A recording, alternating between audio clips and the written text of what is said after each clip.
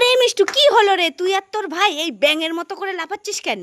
আরে মা, ভাই আর আমি দোকান থেকে দুটো খেলনা সাইকেল নিয়ে বাড়ি আসছিলাম। হ্যাঁ, আসছিলি।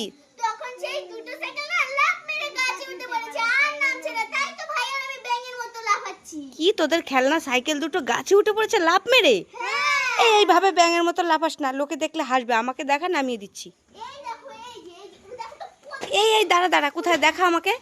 ওরে বাপরে, কত উঁচুতে উঠে গেছে তো সাইকেলগুলো। হ্যাঁ, এখন কি শক্ত করে ধরে রাখতে পারিস না? আরে ধরে রেখেছিলাম তো, ভাইয়ের সাথে গল্প করছিলাম, সেই সময় লাফ মেরে উঠে। ঠিক আছে, দাঁড়া, আমি নামিয়ে দিই।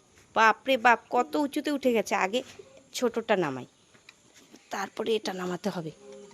এই এই এই এই এই এনে এনে, কার কোনটা সাইকেল নিয়ে নে। ওরে, হাতে আটকে গেছে।